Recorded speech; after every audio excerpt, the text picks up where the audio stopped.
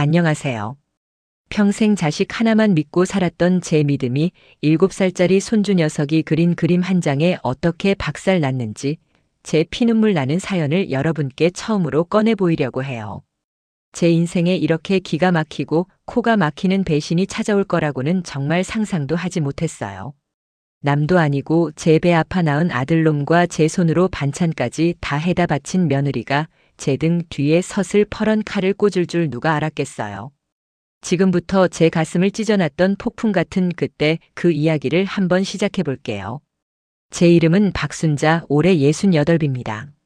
제 손을 보면 제 인생이 다 보인다고들 해요.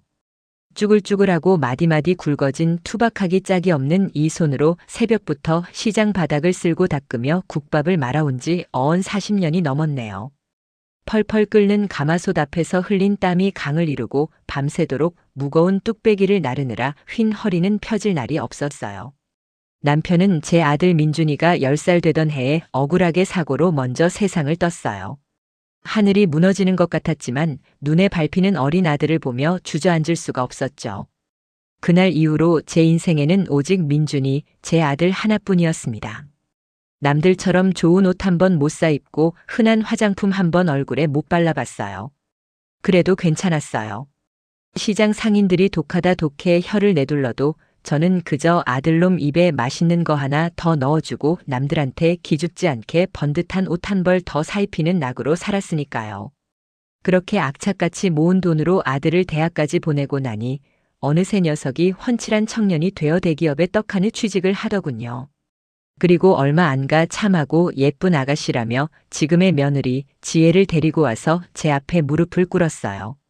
어찌나 기쁘고 대견하던지 남편 제사상에 막걸리 한 잔 올리면서 어찌나 울었던지 몰라요. 이제 내 고생도 끝이구나. 아들 내외 알콩달콩 사는 모습 보면서 늙어가는 일만 남았구나 싶었죠. 결혼하고 몇 년 뒤에는 눈에 넣어도 아프지 않을 내 손주 하윤이까지 태어났어요. 저를 쏙 빼닮았다며 할머니 하고 쫓아다니는데 그 애교 한번 보면 세상 시름이 다 녹아내리는 것 같았어요. 제 인생의 가장 큰 보물이자 유일한 자랑이었죠. 그러던 어느 날이었어요. 주말을 맞아 저희 집에 저녁을 먹으러 온 아들 내외의 표정이 유난히 어두워 보이더군요. 무슨 일이냐고 몇 번을 물어도 아들놈은 그저 아니에요. 어머니 하며 고개만 저을 뿐이었죠. 밥을 다 먹고 과일을 깎아내오자 며느리가 조심스럽게 입을 열었어요. 어머니 드릴 말씀이 있어요. 무슨 일이기에 저리 뜸을 들이나 싶었죠. 저희 지금 사는 전셋집 곧 계약이 끝나가요. 그래? 벌써 그렇게 됐나? 그럼 이참에 대출 좀 보태서 우리 하윤이 뛰어놀기 좋은 더 넓은 집으로 옮기는 건 어떻겠냐? 제 말에 며느리는 기다렸다는 듯 말을 이었어요. 사실 저희도 그 생각인데 요즘 집값이 너무 올라서 엄두가 안 나네요. 민준 씨 월급만으로는 대출 이자 감당하기도 벅차고요. 하윤이도 이제 곧 학교 가야 하는데 이 동네는 학군도 별로고 애 기죽일까봐 걱정이에요. 옆에서 잠자코 있던 아들도 한숨을 푹 쉬며 거들더군요. 죄송해요, 어머니. 제가 능력이 부족해서. 그 말을 듣는데 가슴이 쿵 내려앉는 것 같았어요. 내 아들 기죽는 꼴은 죽어도 못 보겠더라고요. 평생을 자식 잘 되라고 아등바등 살아온 저인데 고작 돈 문제로 내 새끼가 어깨 한번 못 펴고 사는 건 상상도 할 수 없는 일이었죠. 저는 잠시 고민하다가 아주 큰 결심을 하고 입을 열었습니다. 제 평생을 바쳐 이뤄낸 결과물이자 제 노후를 기댈 마지막 보루였지만 아들 내외에 축 처진 어깨를 보니 망설일 수가 없었어요. 걱정하지 마라. 내가 어떻게든 해줄게. 그리고 다음 날 저는 은행으로 달려가 제 이름으로 된 통장을 전부 해지했습니다. 국밥 한 그릇 팔아 1,000원, 2,000원씩 모으고 뜬 눈으로 밤을 새워가며 억척같이 아끼고 또 아껴서 만든 제 피 같은 돈. 그렇게 모은 5억 원을 아들 녀석의 통장으로 망설임 없이 보내줬습니다. 이제 우리 아들, 우리 손주가 번듯하고 좋은 집에서 남부럽지 않게 살 수 있겠구나. 그 생각 하나만으로도 제 평생의 고생이 전부 보상받는 기분이었어요. 돈을 보내고 아들에게 전화를 걸어 말했죠. 민준아, 돈 보냈다. 이걸로 하윤이 좋은 환경에서 크게 집 얻어서 이제 허리 펴고 살아라. 애미 소원은 그거 하나다. 저는 그때까지만 해도 제 모든 것을 내어준 이 결정이 지옥의 문을 여는 열쇠가 될 거라고는 꿈에도 상상하지 못했습니다. 그저 내 아들, 내 가족의 행복한 미래만을 그리고 있었을 뿐이었죠. 그 말을 뱉는 순간 제 평생의 짐을 다 내려놓은 것 같았어요. 낡은 소파에 마주 앉은 아들 내외의 얼굴을 보는데 제 가슴이 다 후련하더라고요. 시장 바닥에 쪼그려 앉아 파 한 단이라도 더 팔려고 악착같이 살았던 세월, 뜨거운 국밥 그릇에 손 대어가며 밤새워 일했던 날들이 주마등처럼 스쳐 지나갔어요. 그 모든 고생이 이 한마디를 위한 거였으니까요. 내 아들, 내 새끼, 번듯한 집 한 채는 해주고 싶다는 그 마음 하나로 버텨온 인생이었으니까요. 제 아들 민준이는 얼굴이 금세 붉어지더니 눈물부터 글썽이더군요. 덩치만 컸지 속은 아직도 어린애예요. 어머니, 정말이세요? 평생 모으신 돈이잖아요. 저희 때문에 그렇게까지 안 하셔도 돼요. 저희가 알아서.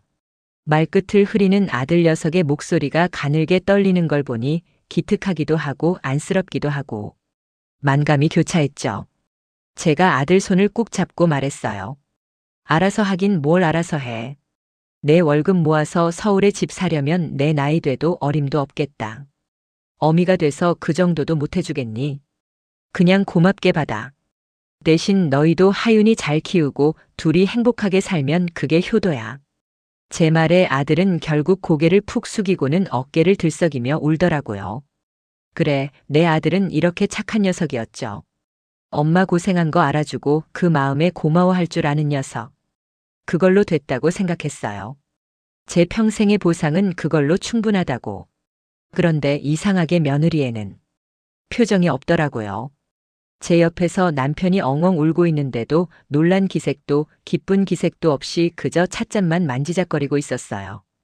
보통 같으면 어머님 정말 감사해요 하면서 방방 뛰거나 아니면 제 손이라도 붙잡고 고맙다고 했을 텐데 말이에요. 뭔가 제가 기대했던 반응이 아니었어요.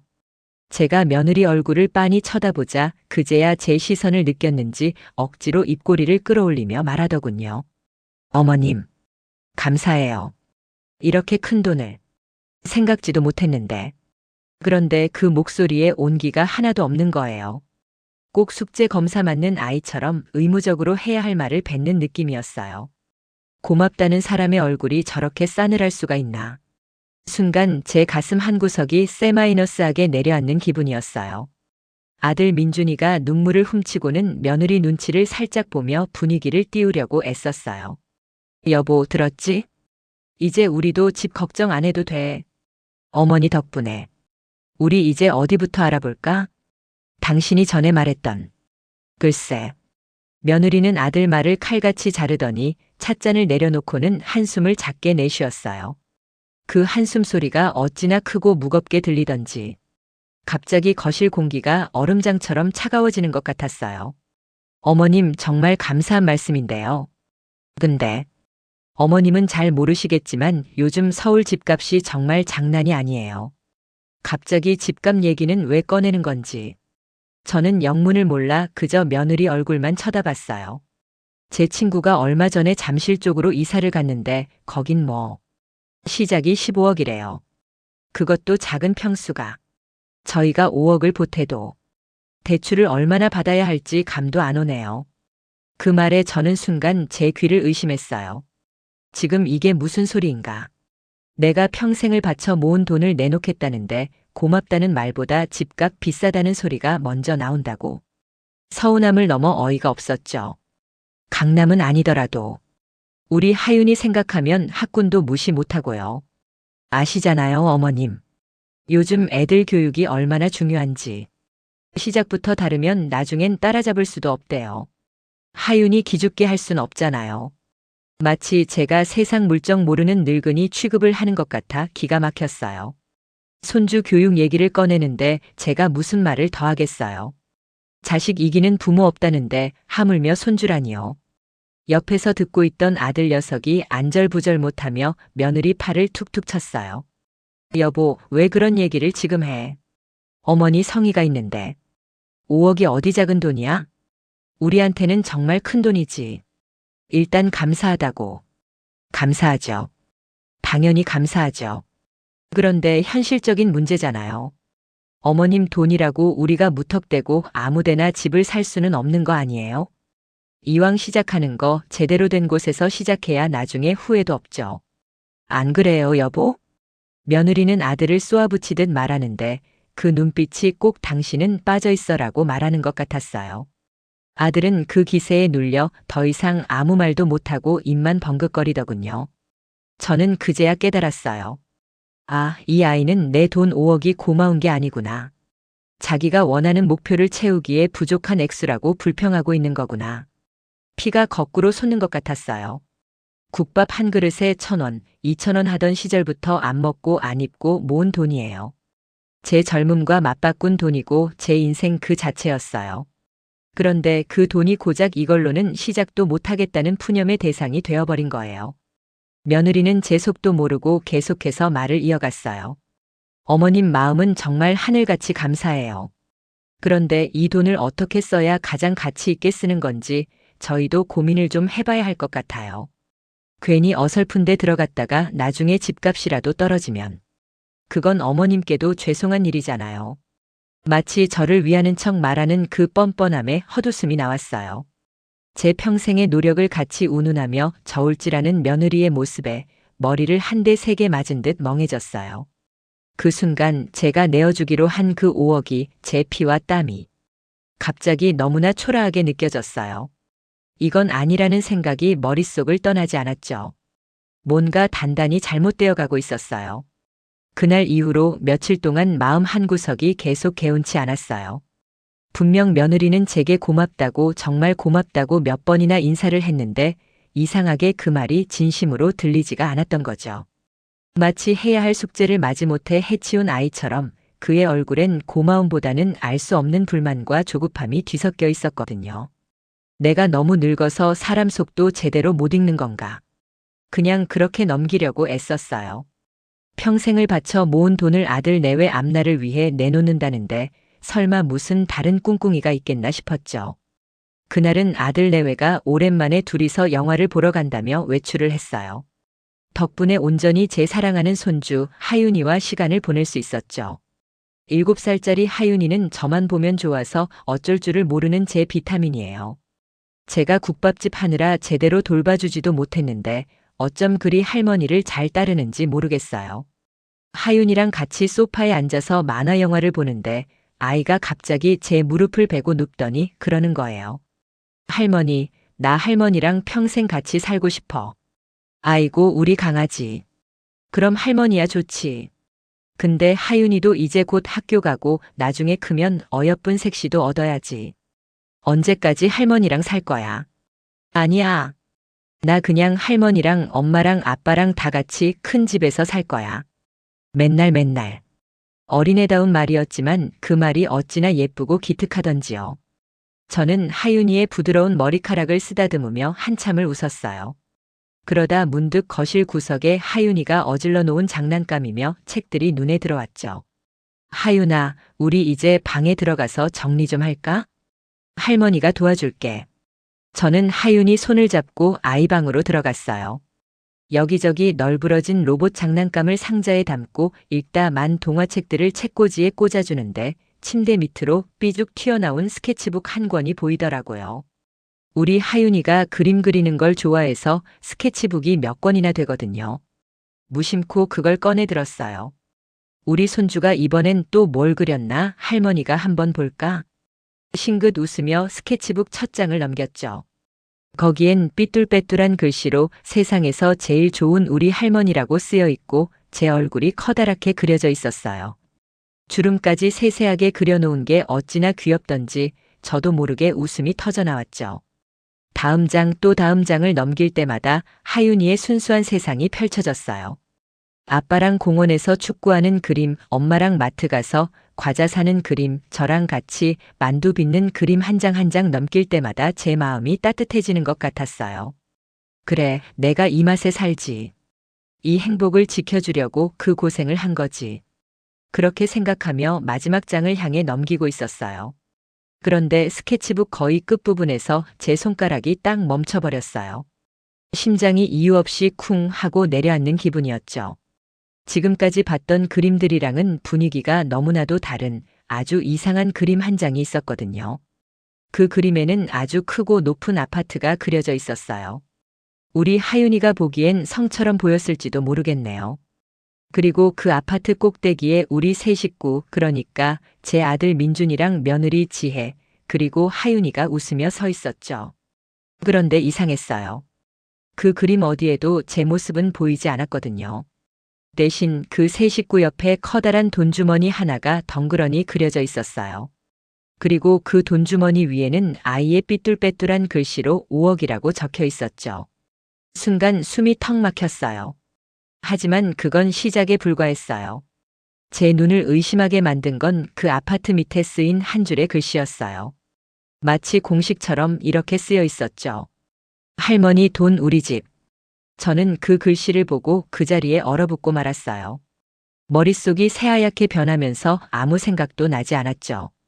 이게 대체 무슨 뜻일까요? 7살짜리 아이가 뭘 안다고 이런 그림을 그렸을까요? 할머니 돈은 우리 집이다, 이게 아이 머리에서 나올 수 있는 말인가요? 아니, 절대 아니죠. 이건 분명 누군가 하는 말을 듣고 그대로 따라 그린 게 틀림없어요. 온몸에 소름이 돋았어요. 며칠 전 돈 이야기를 꺼냈을 때 보았던 며느리의 그 미묘한 표정이 섬광처럼 머릿속을 스치고 지나갔어요. 제 앞에서는 고맙다고 허리를 숙이면서 뒤에서는 남편이랑 둘이 앉아서, 아니, 어쩌면 어린 손주가 듣는 앞에서 할머니 돈이 이제 곧 우리 집이 된다는 식의 이야기를 나눈 건 아닐까요? 제 돈 5억을 그저 자기들 집을 사기 위한 수단이나 도구 정도로만 여기고 있었던 건 아닐까요? 그렇게 생각하니 온몸의 피가 차갑게 식는 것 같았어요. 제가 평생 국밥을 팔면서 손님들한테 수없이 허리를 숙이고 뜨거운 국물에 손을 대어가며 악착같이 모은 돈이에요. 새벽마다 퉁퉁 부은 다리를 주무르며 우리 아들 집 한 채는 내 손으로 꼭 해주고 죽어야지 다짐하며 모은 제 눈물과 땀이 서린 돈이란 말입니다. 그런데 아들 내외는 그 돈에 담긴 제 인생의 무게를 전혀 생각하지 않고 그저 우리 집을 사는데 필요한 돈으로만 취급하고 있었던 걸지도 모른다는 생각이 들자 배신감에 눈앞이 캄캄해졌어요. 저는 떨리는 손으로 스케치북을 덮었어요. 하윤이가 볼까봐 얼른 침대 밑에 다시 밀어넣었죠. 하지만 이미 제 마음속에는 지울 수 없는 의심의 불씨가 피어오르기 시작했어요. 그저 순진한 아이의 그림이라고, 별 의미 없는 낙서라고 치부하기에는 그림 속 할머니 돈 우리 집이라는 글자가 제 심장에 너무나도 아프게 박혀버렸거든요. 그날 이후 저는 웃고 있는 며느리의 얼굴 뒤에 숨겨진 진짜 표정을 보기 시작했어요. 그리고 결심했죠. 내 피 같은 돈이 대체 어디에 어떻게 쓰일 예정인지 내 눈으로 똑똑히 확인해야겠다고요. 그 소름 돋는 그림 한 장이 제게 보내는 경고처럼 느껴졌기 때문이에요. 그 그림을 본 이후로 며칠 밤을 설쳤어요. 7살짜리 손주 녀석의 스케치북에 아무렇게나 그려져 있던 그 집 그림. 할머니 돈우리 집이라고 서툴게 쓰여 있던 그 글씨가 자꾸만 눈앞에 아른거렸거든요. 아이가 뭘 안다고 그런 말을 썼을까? 분명 아들 내외가 하는 말을 듣고 그대로 옮겨 적은 거겠죠. 며느리의 그 미심쩍던 표정, 고맙다고 하면서도 어딘지 모르게 나를 세우던 그 말투가 자꾸만 귓가에 맴돌았어요. 가슴속에 응어리진 의심이 독버섯처럼 피어오르는 걸 더는 참을 수가 없었죠. 무슨 핑계를 댈까 고민하다가 결국 손주 하윤이가 좋아하는 갈비찜을 잔뜩 만들었어요. 이거라도 갖다 주면 얼굴이라도 한 번 더 보고 집안 분위기도 살필 수 있겠다 싶었죠. 마침 며느리는 백화점 세일 마지막 날이라며 아침부터 분주하게 나가고 없었고 아들 녀석은 회사에 가 있었어요. 비밀번호를 누르고 조용히 집 안으로 들어서는데 텅 빈 거실에서 느껴지는 적막함이 꼭 제 마음 같아 괜히 더 스산하게 느껴졌어요. 갈비찜을 냉장고에 넣어두고 돌아서는데 서재로 쓰는 작은 방문이 살짝 열려 있는 게 보였어요. 평소 같으면 그냥 지나쳤을 텐데 그날따라 홀린 듯 그쪽으로 발걸음이 향하더군요. 그리고 책상 위에 아무렇게나 놓여있던 두꺼운 서류 봉투 하나가 제 눈에 들어왔어요.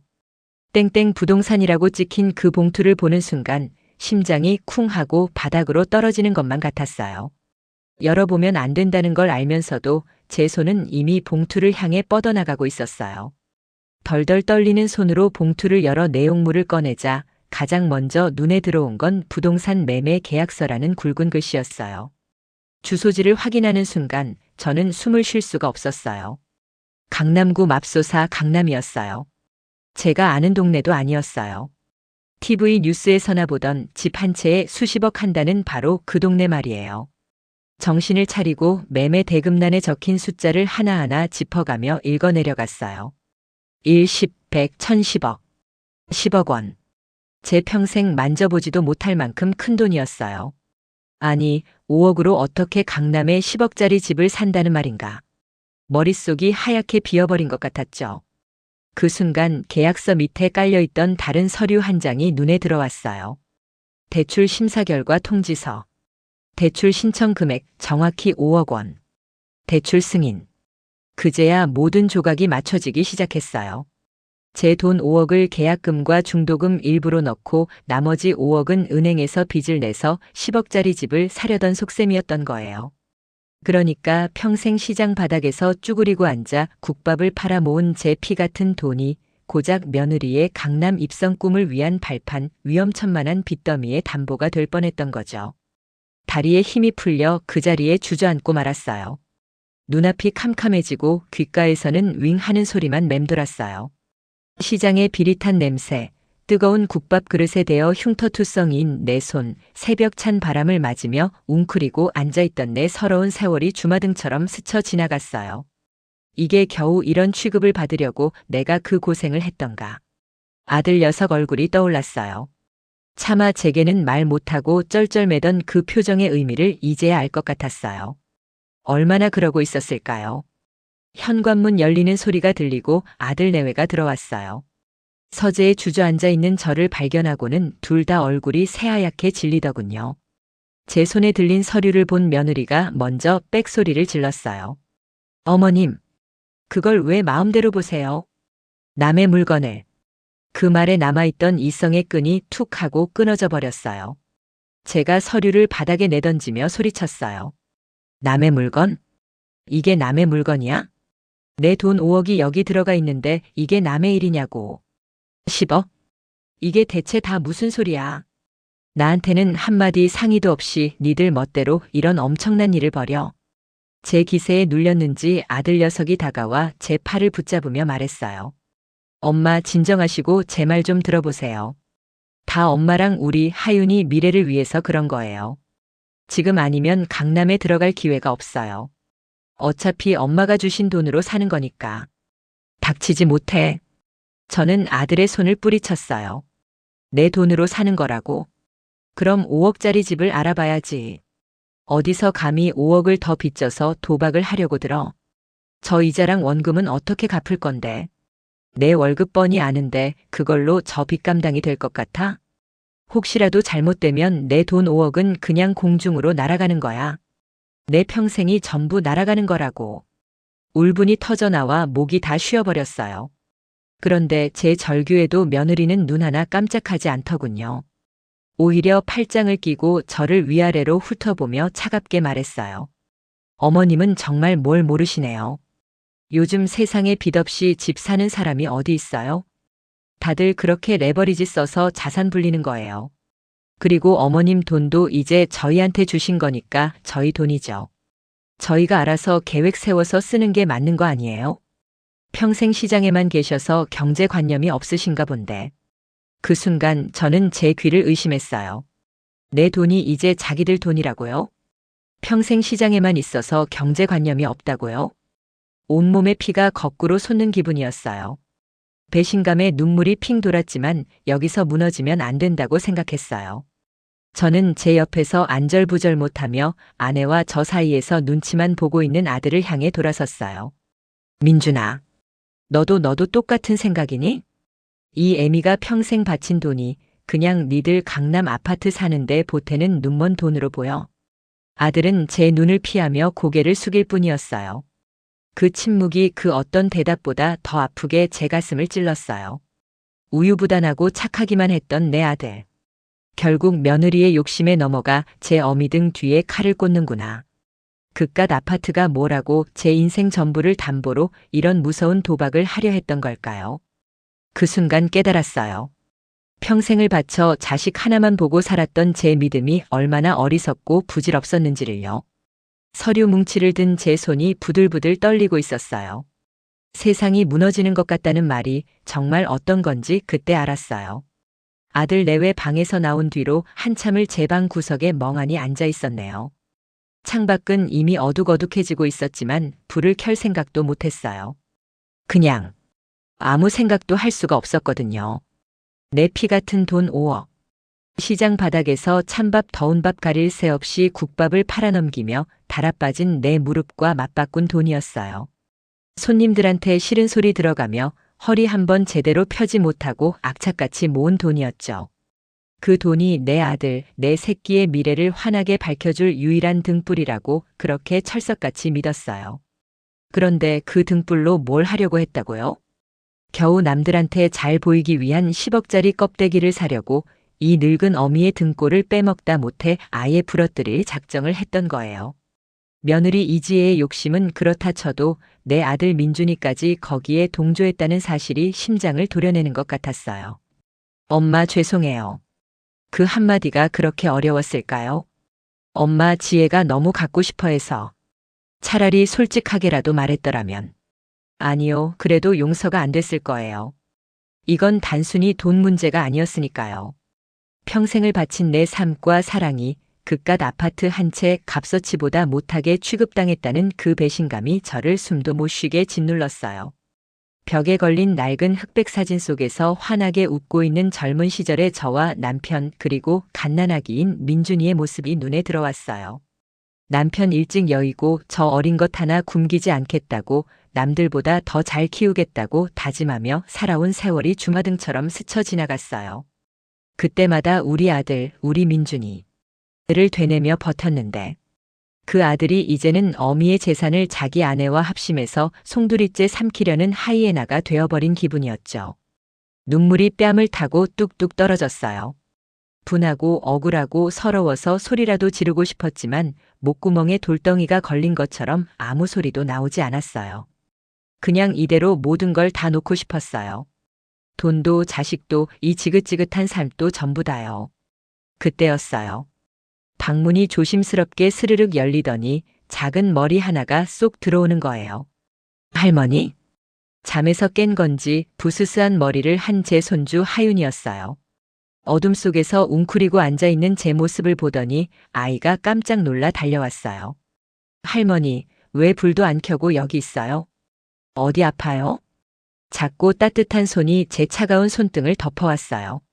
저는 차마 아이의 얼굴을 볼 수가 없어서 고개만 푹 숙이고 있었죠. 제 눈물을 보이고 싶지 않았거든요. 이 험한 세상, 어른들의 더러운 욕심 같은 건 아무것도 모르는 저 순수한 아이에게 제 비참한 모습을 들키고 싶지 않았어요. 아니야, 하윤아. 할머니 안 아파. 그냥 잠깐 생각할 게 있어서. 목소리가 심하게 떨려 나왔어요. 제 목소리가 이상했는지 하윤이는 제 무릎에 얼굴을 부비며 더 깊이 파고들었어요. 거짓말. 할머니 지금 울고 있잖아요. 누가 할머니 힘들게 했어요?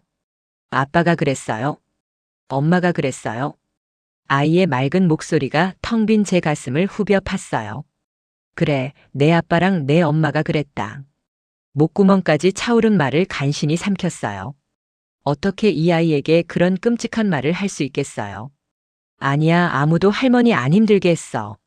그냥 눈에 뭐가 들어가서 그래. 어설픈 제 변명에 하윤이는 잠시 조용해졌어요. 그러더니 갑자기 뭔가 생각난 듯 제 품에서 벗어나 자기 방으로 쪼르르 달려가는 거예요.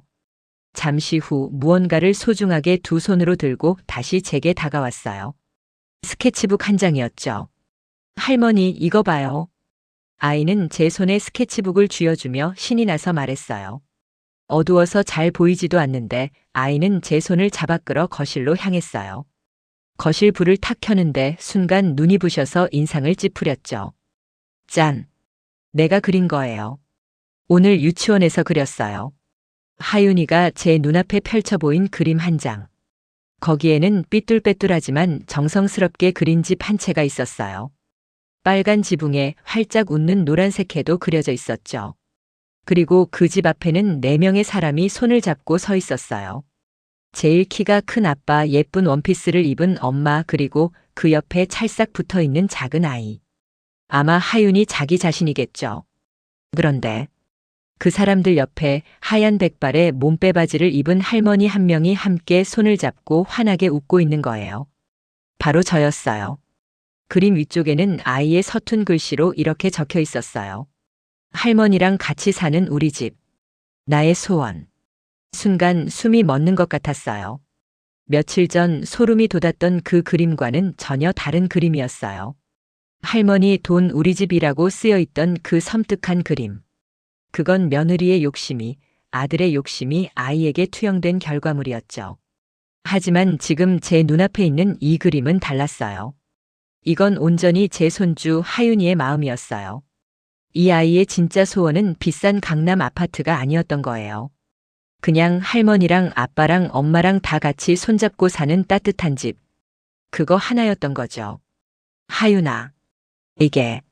이게 하윤이 소원이야? 제 목소리는 물기에 흠뻑 젖어 있었어요. 하윤이는 고개를 힘차게 끄덕이며 그림 속의 저를 손가락으로 가리켰어요. 응. 여기 할머니도 있잖아요. 나는 할머니랑 같이 사는 게 제일 좋아요. 우리 이사 가면 할머니 방은 제일 크고 햇빛 잘 드는 곳으로 할 거예요. 내가 맨날 가서 책도 읽어주고 안마도 해줄게요.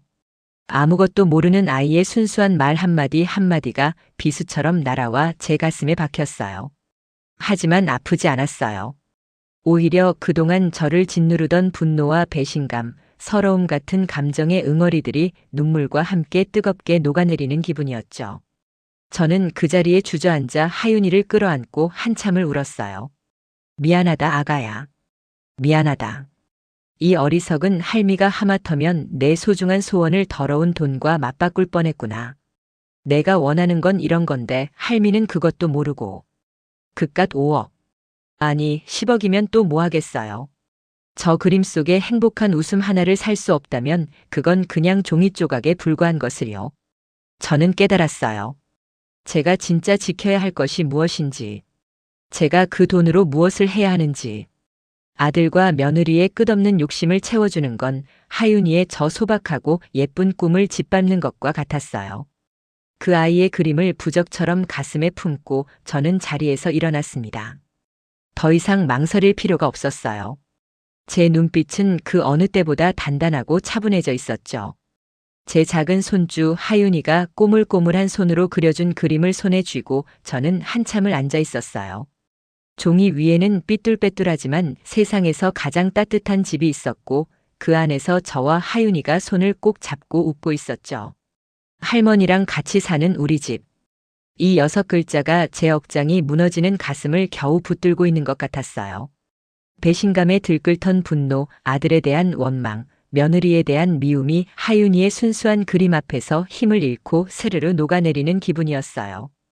그제야 알겠더라고요. 내가 평생 지키려고 했던 게 대체 무엇이었는지. 내가 악착같이 모은 이 돈으로 정말 사주고 싶었던 것이 무엇이었는지 말이에요. 그건 번쩍이는 강남 아파트가 아니었어요. 내 자식, 내 손주가 서로를 보듬고 기댈 수 있는 따뜻한 가정이었던 거죠. 그런데 제 아들 내외는 그 돈으로 자신들의 욕심이라는 차가운 성을 쌓으려 하고 있었고요. 그날 저녁 저는 아들 내외를 제 집으로 불렀어요. 평생 국밥을 팔아온 제 삶의 흔적이 고스란히 밴 작고 낡은 집으로요. 영문도 모른 채 들어선 아들 내외는 제 앞에 놓인 통장을 보고는 슬며시 미소를 짓더군요. 특히 며느리에는 벌써 강남 사모님이라도 된 듯 표정 관리가 안 되는 모습이었어요. 저는 말없이 식탁 위에 스케치북 2장을 나란히 펼쳐놨어요. 하나는 며느리 지혜가 시켜서 그렸던 할머니 돈우리 집 그림, 그리고 다른 하나는 하윤이가 제게 건네준 할머니랑 같이 사는 우리 집 그림이었죠. 이게 뭔지 아니? 제 목소리는 이상할 만큼 차분했어요. 며느리 애가 그림을 힐끗 보더니 피식 웃으며 말하더군요. 어머님, 애가 그린 그림 가지고 뭘 그렇게 심각하게 그러세요. 하윤이도 새집 가고 싶어서 그런 거죠. 안 그러니 여보? 아들 민준이는 제 눈치를 보며 어색하게 고개만 끄덕였어요. 그 순간 제 안에서 무언가 툭 하고 끊어지는 소리가 들렸어요. 새집? 그래, 새집 좋지. 그런데 너희들이 말한 새집이 내가 생각한 그 집이 아니더구나. 저는 통장 옆에 뒀던 부동산 계약서 사본을 그 애들 앞으로 슥 밀었어요. 며느리의 얼굴이 새하얗게 질리는 게 보였죠. 아들놈은 고개를 푹 숙인 채 어깨를 떨기 시작했고요. 내가 모를 줄 알았니? 내가 평생 국밥을 팔아모은 피 같은 5억은 그저 계약금일 뿐이고 그걸로 10억짜리 강남 아파트를 사서 나머지 5억은 빚으로 채우려던 너희 계획 말이다. 이 어미를 내 욕심 채우는 발판으로 쓰려고 했던 거 내가 눈뜬 장님으로 보였어? 어머니 그게 아니라 저희도 다 하윤이 미래 생각해서. 며느리 애가 다급하게 변명을 시작했지만 저는 손을 들어 그 말을 막았어요. 닥쳐라. 내 입에서 더는 하윤이 이름 들먹이지 마. 너는 내 아들한테 돈의 노예가 되는 법부터 가르쳤어. 할머니 돈이 곧 우리 집이라고 할머니의 사랑과 희생을 그저 너희 욕심을 채울 수단으로 여기게 만들었잖니. 제 고함에 며느리애는 입을 꾹 다물었고 아들놈은 기어들어가는 목소리로 죄송하다고만 중얼거렸어요. 저는 고개를 숙인 아들을 지그시 바라봤어요. 저 우유부단하고 착해 빠진 내 아들. 아내의 등살에 못 이겨 이 어미 등 뒤에 칼을 꽂는 짓에 동참한 못난 내 아들. 민준아, 넌 내 아들이 뭘 원하는지 알기나 하니? 내가 온갖 핑계를 대며 강남 아파트 노래를 부를 때 내 아들 하윤이는 이 할미한테 와서 딱 하나만 소원으로 빌었어. 할머니랑 같이 살게 해달라고. 내가 수십억짜리 아파트 설계도를 그릴 때 내 아들은 고작 이 작은 방 한 칸에서 할미랑 같이 사는 걸 꿈꿨단 말이다. 제 목소리는 울음으로 젖어들고 있었어요. 제 앞에 놓인 두 장의 그림이 너무도 선명하게 대비되었죠. 어른들의 탐욕과 아이의 순수한 사랑. 저는 하윤이의 그림을 소중하게 가슴에 품었어요. 이 따뜻한 온기, 이것만 있으면 저는 아무것도 필요 없었어요. 그래서 결정했다. 이 5억 너희한테 못 준다. 아니 안 줘. 이 돈에 깃든 너희의 더러운 욕심을 내 손주한테 물려줄 수는 없어. 이 돈의 새로운 주인을 내가 정했다. 그 말에 며느리의 눈이 희번덕거렸어요. 네. 어머님 지금 뭐라고 그걸 그럼 누구한테 주시려고요? 평생 아들 하나 보고 모으신 돈이잖아요. 저희 돈이라고요. 누가 너희 돈이라고 하더냐. 이건 내 피와 땀이고 내 인생이야. 그리고 이 인생을 너희 같은 속물들한테 넘겨주느니 차라리 더 의미 있는 곳에 쓰는 게 100번 1000번 낫겠다. 아들 민준이가 고개를 들고 눈물범벅이 된 얼굴로 저를 봤어요. 어머니 제발 제가 다 잘못했어요. 용서해 주세요 어머니. 용서는 내가 하는 게 아니야. 내 아들 얼굴을 봐라. 내가 내 아들의 순수한 마음에 무슨 짓을 했는지 똑똑히 보란 말이다.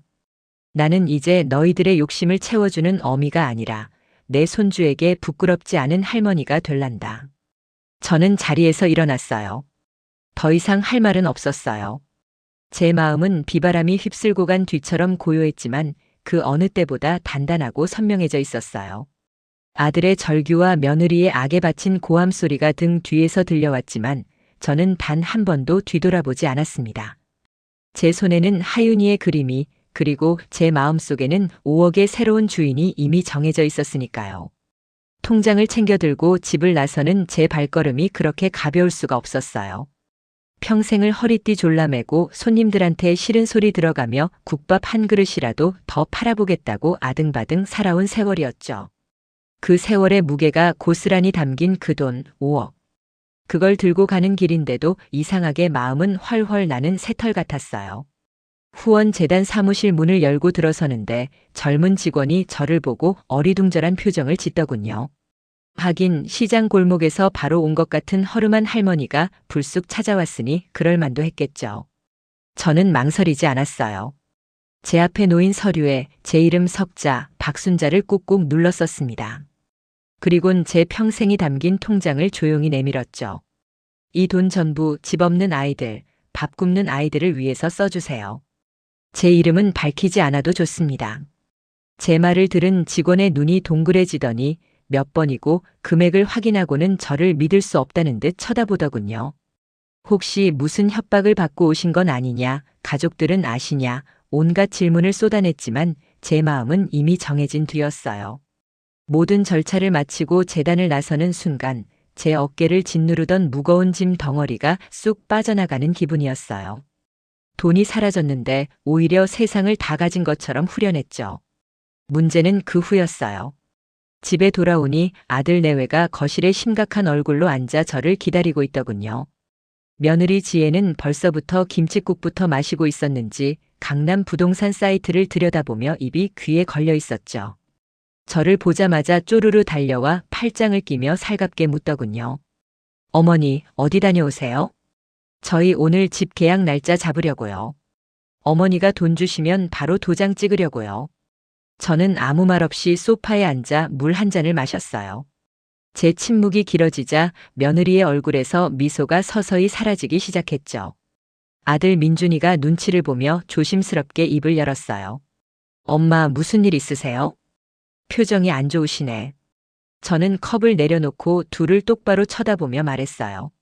너희 집 사줄 돈 이제 없다. 순간 거실에 얼음장 같은 정적이 흘렀어요. 며느리는 자기가 뭘 잘못 들었냐는 듯 귀를 후비며 되물었죠. 네.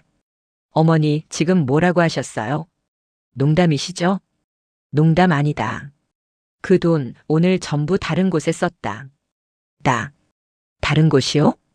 아니, 그게 무슨 말씀이세요? 그 5억을 어디에 쓰셨는데요? 며느리의 목소리가 새파랗게 날이 서기 시작했어요. 저는 덤덤하게 대답했죠. 세상에 너희보다 더 그 돈이 필요한 아이들이 많더구나. 어려운 아이들을 위해 전부 기부했다. 기부라는 단어가 며느리의 귀에 박히는 순간 개의 눈이 뒤집히는 게 똑똑히 보였어요. 곱게 화장한 얼굴이 시뻘겋게 달아오르더니 그동안 숨겨왔던 본성이 여과 없이 터져나오기 시작했죠. 어머니, 지금 제정신이세요? 미치셨어요? 그 돈이 어떤 돈인데 그걸 생판 남 좋은 일에 갖다 바쳐요. 그건 우리 돈이라고요. 우리 하윤이 집 사줄 돈이었잖아요. 우리 돈이라니. 기가 막혀서 헛웃음이 나왔어요. 피땀 흘려 돈 번 건 난데 어느새 그 돈이 자기들 돈이 되어 있더군요. 내 돈이 아니라 내 돈이다. 내 돈 내가 어떻게 쓰든 무슨 상관이냐. 제 단호한 말에 며느리는 이성을 완전히 잃고 말았어요. 온갖 막말을 퍼붓기 시작했죠. 늙어서 노망이 났냐는 둥, 평생 아들 등골만 빼먹고 살더니 마지막까지 발목을 잡는다는 둥, 입에 담지도 못할 소리를 해댔어요. 옆에 있던 아들 민준이가 당황해서 쩔쩔매며 며느리를 말렸지만 한 번 터진 본물은 막을 수가 없었죠. 여보, 그만해. 어머니한테 무슨 말버릇이야. 말버릇? 지금 이게 말버릇으로 보여? 당신 엄마가 우리 인생을 통째로 망가뜨렸는데. 당신은 바보야? 어떻게 평생 모은 돈을 하루아침에 날려버릴 수가 있냐고. 저 노인네가 정상이 아니잖아. 그때였어요. 제가 조용히 입을 열었죠. 그래, 나 정상 아니다. 자식 입에 들어갈 밥 한 톨 아껴가며 악착같이 모은 돈, 강남 아파트 사서 남들한테 자랑하고 싶어 안달난 내들 욕심 채워주는데 쓰려 했던 내가 정상이 아니었지. 하윤이가 그린 그림 한 장이 정신 나가 있던 이 늙은이를 깨워준 거다. 하윤이 이야기가 나오자 며느리가 잠시 주춤하더군요. 하지만 그것도 잠시 다시 악에 받친 목소리로 소리쳤어요. 됐어요. 그깟 그림 쪼가리가 뭐라고. 어머니, 정말 이 돈 돌려받을 방법 없으세요? 네. 정말이에요? 없다. 이제 내 수중엔 단 한 푼도 남아있지 않아. 그 말을 끝으로 며느리의 얼굴에서 모든 희망이 사라졌어요. 잠시 저를 노려보던 개는 갑자기 안방으로 뛰어들어가더군요. 잠시 후 커다란 여행 가방을 끌고 나타났어요. 좋아요. 이렇게 된 이상 나도 더는 이 집에서 못 살겠어요. 당신은 평생 당신 엄마 뒤치다꺼리나 하면서 살아. 난 당신 같은 마마보이랑 저런 고집불통 시어머니 모시고는 단 하루도 못 살아. 그러곤 현관문을 부서져라 닫고 나가버렸어요. 텅 빈 거실에는 저와 제 아들 단둘만 남았죠. 아들 녀석은 망부석처럼 그 자리에 못 박혀 서 있었어요. 아내가 떠난 현관문과 저를 번갈아 쳐다보던 그의 어깨가 잘게 떨리기 시작하더군요. 이윽고 털썩 소리를 내며 그 자리에 주저앉았어요. 엄마. 아들의 목소리는 물에 젖은 솜처럼 축 늘어져 있었어요. 그리고 다음 순간 40살 먹은 제 아들이 어린아이처럼 목 놓아 울기 시작했어요. 엄마. 잘못했어요. 제가 다 잘못했어요. 엄마한테 정말 죄송해요. 제가 나쁜 놈이에요. 아들은 무릎을 꿇고 제게 다가와 제 다리를 붙잡고 오열했어요. 아내의 욕심을 말리지 못한 죄송함, 어머니의 깊은 속도 모르고 상처를 들인 죄책감, 그리고 이 모든 상황을 자초한 자기 자신에 대한 원망이 한꺼번에 터져나온 울음이었죠. 평생 저는 제 아들의 눈물을 본 적이 거의 없었어요. 그렇게 끄끄 소리 죽여 우는 아들의 등을 가만히 쓸어주는데 제 눈에서도 뜨거운 것이 흘러내렸어요. 5억이라는 돈과 맞바꾼 아들의 진심 어린 눈물. 저는 그제야 제가 돈을 잃은 게 아니라 돈보다 훨씬 더 소중한 것을 되찾았다는 것을 깨달았답니다. 사랑하는 내 손주 하윤아. 이 할미 목소리 들리니? 내가 지금은 곤히 잠들어 있겠지. 새근새근 잠든 내 얼굴을 보고 있자니 이 할미는 참 많은 생각이 드는구나. 지난 세월 내가 뭘 위해서 그렇게 악착같이 살아왔나 하고 말이야. 내 손은 늘 국밥 냄새가 배어 있었단다. 뜨거운 뚝배기를 수만 번 나르고 거친 행주로 상을 닦고 새벽 찬바람 맞으며 시장에 나가 장을 봤지. 손톱 밑에는 늘 시커먼 때가 끼어 있었고 손마디는 울퉁불퉁 굳은 살이 박여서 꼭 늙은 나무 껍질 같았어. 사람들이 내 손을 보고 흉하다고 할까봐 누구랑 악수하는 것도 부끄러웠단다. 그렇게 모은 돈이었어. 내 젊음, 내 눈물, 내 땀, 내 인생 전부가 그 통장 숫자 안에 담겨 있었지. 나는 그게 당연히 내 아빠, 우리 민준이 차지가 되어야 한다고 믿었어. 내 아들 고생 안 시키고 번듯한 집 한 채 마련해 주는 게 내 평생의 소원이고 이 엄마의 마지막 도리라고 생각했거든. 그래서 그 5억이라는 돈을 내어주면서도 조금도 아깝다는 생각을 하지 않았단다. 오히려 평생의 숙제를 다 끝낸 것처럼 마음이 후련하기까지 했어. 그런데 하윤아, 이 할미가 참 바보 같았지. 나는 돈만 쥐어주면 내 아들이, 내 가족이 행복해질 거라고 굳게 믿었는데 그게 아니었나 봐. 돈이라는 게 참 요상한 물건이더구나. 사람 마음을 병들게 하고 눈을 멀게 하고 가족 사이를 갈라놓기도 하더라고. 그 큰 돈 앞에서 내 아빠도 내 엄마도 길을 잃고 헤매는 걸 보면서 이 할미는 가슴이 무너져 내렸어. 내가 평생을 바쳐 쌓아 올린 탑이 내 눈앞에서 와르르 무너지는 기분이었지. 모든 걸 다 포기하고 싶었단다. 내가 잘못 살았구나. 내 인생은 실패했구나. 그렇게 다 체념하고 있을 때 내가 내 손에 그걸 쥐어줬지. 기억나니? 내가 고사리 같은 손으로 꾹꾹 눌러 그린 그림 한 장. 거기에는 삐뚤빼뚤한 글씨로 이렇게 쓰여 있었지. 할머니랑 같이 사는 우리 집. 그걸 보는 순간 이 할미는 머리를 한 대 세게 얻어맞은 것 같았어. 내 엄마 아빠가 그토록 원했던 강남의 번쩍이는 아파트도 아니고 수영장이 딸린 커다란 집도 아니었어. 그저 이 할미랑 너랑 내 아빠랑 다 같이 웃고 있는 작은 집. 지붕 위에는 동그란 해님이 방긋 웃고 있고 마당에는 내가 좋아하는 강아지가 꼬리를 흔들고 있었지. 그 그림 속에서 나는 처음으로 돈 냄새가 아니라 사람 사는 냄새를 맡았단다. 구수한 밥 짓는 냄새, 내가 까르르 웃는 소리, 서로의 온기가 느껴지는 따뜻한 공기. 나는 평생 돈을 쫓아 달려왔는데 내 손주가 원했던 행복은 그렇게나 작고 소박한 것이었어. 그 그림 한 장이 5억 원짜리 통장보다, 아니 세상 그 어떤 재산보다 더 값지다는 걸 그때 깨달았단다. 하윤아, 내 덕분에 할미는 아주 중요한 결심을 할 수 있었어. 그 돈은 더 이상 우리 가족을 위한 돈이 아니라는 걸 말이야. 이미 욕심으로 얼룩져버린 돈으로 집을 산들 그 안에서 우리가 과연 행복하게 웃을 수 있었을까? 할미는 아니라고 생각했어. 그래서 그 돈이 정말로 필요한 곳에 보내주기로 마음먹었단다. 너처럼 예쁘고 사랑스럽지만 세상에 혼자 남겨져 추운 겨울을 보내야 하는 아이들에게 말이야. 그 아이들이 따뜻한 집에서 맛있는 밥을 먹고 너처럼 예쁜 그림을 그릴 수 있다면 그걸로 족하다고 생각했어. 물론 그 결정 때문에 우리 집에는 큰 폭풍이 불어닥쳤지. 내 엄마는 울고불고 난리를 치다가 결국 제 짐을 싸서 떠나버렸고 내 아빠는 한동안 넋이 나간 사람처럼 지냈어. 하지만 하윤아, 시간이 지나니까 모든 게 제자리를 찾아가는 것 같더구나. 내 아빠는 이제야 철이 드는 것 같아. 얼마 전에는 내 손을 붙잡고 한참을 울더라. 잘못했다고 엄마 마음도 모르고 자기 욕심만 차려서 정말 죄송하다고. 비록 강남의 큰 아파트는 아니지만 우리 세 식구 다시 예전처럼 오순도순 살아보자고. 그렇게 말하는 내 아빠 얼굴을 보는데 이 할미는 더 이상 밉지가 않았어. 그래, 넘어져도 괜찮다. 잘못했으면 다시 일어나면 된다. 우리는 가족이니까. 제 이야기를 듣고 계신 여러분. 돈 때문에 혹시 마음고생하고 계신가요? 자식들한테 뭐라도 더 해주고 싶어서 남들 사는 만큼은 살게 해주고 싶어서 밤낮으로 애쓰고 계신가요? 저도 그랬습니다. 자식 입에 밥 들어가는 것만 봐도 배부르다는 옛말처럼 그게 부모 마음인 줄만 알았어요. 하지만 제가 깨달은 건 진짜 소중한 건 눈에 보이지 않는다는 사실이었어요.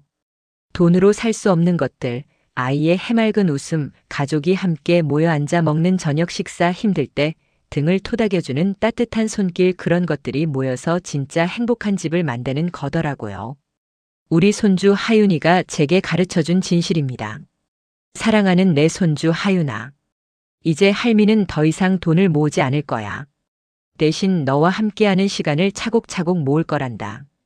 내가 그린 그림 옆에 할미가 그린 그림을 나란히 붙여놓고 내가 불러주는 노래에 맞춰 같이 춤도 추고 주말에는 내 손 꼭 잡고 시장에 가서 내가 좋아하는 떡볶이도 사 먹을 거야. 할미의 주름진 손이 더는 부끄럽지 않아. 이 손으로 우리 강아지 맛있는 거 더 많이 해주고 더 많이 안아줄 거니까. 고맙다 내 강아지. 이 할미에게 세상에서 가장 소중한 보물이 무엇인지 가르쳐줘서 정말 고맙다.